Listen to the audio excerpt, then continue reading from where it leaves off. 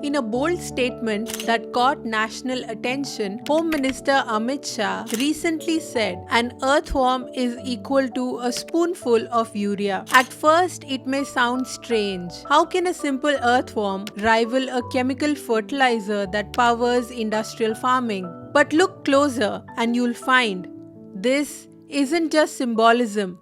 It is science. Earthworms, often called farmers' friends, play a powerful role in natural farming. They aerate the soil, improve its structure, and most importantly, leave behind something called vermicast, a nutrient-rich natural fertilizer. This vermicast contains nitrogen, phosphorus, potassium, and even microbial life, far more balanced and bioavailable than synthetic urea. One healthy earthworm can process its body's weight in soil every day, converting dead organic matter into living nutrition. On the other hand, urea is a synthetic nitrogen fertilizer. Efficient, yes, but only in the short term. Overuse of urea kills soil microbes, disrupts soil pH, leads to runoff and water pollution, and untimely leaves the farmer addicted for buying more every season. It's like giving your crop steroids, fast results but long-term damage. In contrast, earthworms build fertility from within.